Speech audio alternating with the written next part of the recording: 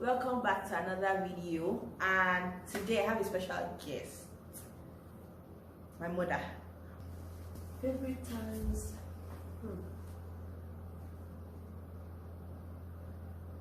Trying to think. I think we have many wonderful times at home. I remember when you guys were growing up, just remembering now, that every Monday was the day we wait on the Lord, and then when we break, we end up dancing, like having a small party. Do you remember? That Jide and others will come, all our friends will come, they will join us in the dance. It's a serious dance, and I don't know how to dance. They all know how to dance, but I just be No, I'm the queen of dance, please. I'll just be moving around like that. So those were good times when you guys were young. We dance, and my husband, he also liked to dance. So they all dance. I was the serious one, but I cruise along with them. I enjoy those times. Sometimes we decide to make different. Well, that's another time. In December, every December at home, we make food. We usually have a day on the 26th of December when we invite the less privileged. We invite them to our house to also spend the Christmas with us, and then we cook different dishes of different countries that we have been through the year. Do you remember? So usually we don't sleep through the night because I will be the chief. I'm the one that will initiate the cooking, and then I give the children assignment to do. Yano was a little busy. Sometimes she will run away to go and sleep, and of course, trust a Nigerian mother, I will go with my stick, to beat her out of the room so that she can join us. Those were nice times, again. Sorry, please, I never used to look forward to Christmas, except the food part. So we usually, it was really a great time those days, and then, especially when we are finished with the food and all that, the guests, we usually invite the entire family. It was a fun packed program that we had those days. Yeah. I shouldn't say it fun, because she will just be calling the shots, and maybe she just show you small sample of how to do it, and that's the end. Trying to train you. That's the end though. So please, I do not really look forward to Christmas. I only enjoyed the food. One Christmas that I enjoyed the food was when you made meatballs. Oh God. I don't like meat, but that was amazing. Like, Jesus. Take me back. There are many, but maybe I will just cite two. When they were much younger, we moved to the Bahamas. I didn't go with them. I think Iano and Daddy went. Toleke was in the boarding school, and then I was mostly in Europe. But every break that I had, I was doing my PhD then.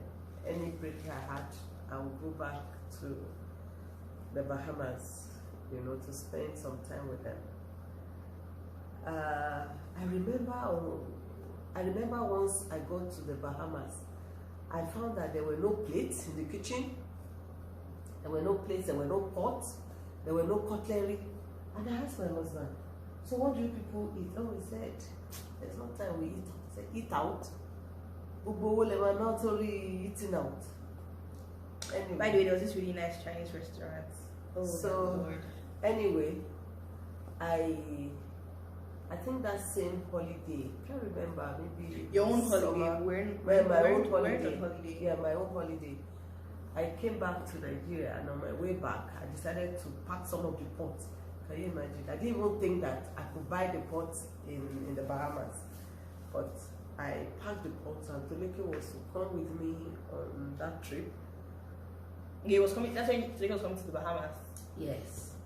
So once Toleke sighted the pots, Toleke said, "Mommy, you can't carry this." I said, "I'm going to." Those days there was no limit, no restriction about what you carry to the aircraft. So I actually took them. They were metal, but very nice pot. My son decided that he was going to sit so far away from me, even though I got the boarding pass for the two of us to sit one next to each other. Anyway, didn't sit with me. He complained to the hostesses and they allowed him. I just told him, you know. So when we got to the Bahamas, Yano saw me and ran away. That was the first thing. He ran into the room. So I told my husband that anyway, I brought some pots. I brought ilubo. I brought all the Nigerian food because I was so afraid that the reason why we allowed people to stay back in Nigeria to grow up, to finish your first degree in Nigeria, is to understand the culture and to appreciate what we Africans, what we appreciate. What's this? One of the reasons why we don't even give you an English name. Okay? Not that I hate Oyinbo, I work with them all my life. So my new name is Gabrielu. You know, your new name is Michelle. So, anyway, that was it. My husband is a gentleman. He didn't fret. He didn't show any sign of embarrassment or anything. So I went to the kitchen. I insisted that we need to get, I think there was gas cooker, just like people didn't used to cook. You know, when a child and the father are the only ones living in the house. So the house is just for Yano and the father. Nothing, anything Yano wants, she gets. So when I came into the picture, I insisted that we must be making our local food. I took okra, dried okra, you know, pepper, things, you know, those of you that if you used to travel, you know the kind of things that you enjoy when you travel. Our African taste is there, so I love African food. Even though I take chocolate, I take biscuit and all that, but particularly when I want to eat food, I like it the African way. So that's how I made I will make the amala. Sometimes I make eba, you know, make okra and all that, and I will give them to eat. Little did I know that they don't used to eat it. You know, they throw it. There's a dog. So we used to live on the same street with the Prime Minister. Yeah. So his dog was our neighbor, and the way the house was like, we didn't have like a fence, but it was like this gauze this thing, because we had like a basketball court and all those things, tennis court, I don't have our own house. So we go to the basketball court. My dad would think, and my parents generally just think that Flake was practicing basketball. I mean, I was just there watching and everything, and we'll be giving the dog the amala to eat. And dog likes it a lot. She'll give us pap. We can't give the dog the pap to eat and all those things. So those were some of the times. I remember again while they She did not finish that story. One time in the Bahamas, the first day we were going to resume in school.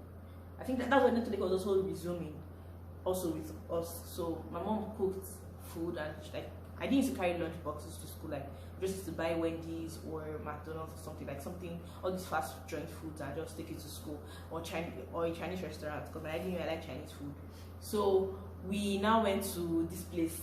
We're now going to school. My nana said, "Oh, that I should check what my mom packed for us to school." And then I opened the lunch box, and then I see one black thing that is like this, like a ball, black, with some soup that was like his drawing. That's amala and okra soup. And when I'm like, what clearly? Me, I don't know this kind of food. Me, I don't know. I don't understand. Just when I say, see what your wife gave me. Now I told him, I said, see what your wife gave me to school. And mom was like, don't worry, I'll sort you guys out. My brother was so mad, like, what's this? Why is this man? Why is she moving like this now? Don't roll like this. Anyways, now my father just had to drop the food in the car. And of course, we stopped at the Chinese restaurant to get those food to school. And maybe I need to explain some things.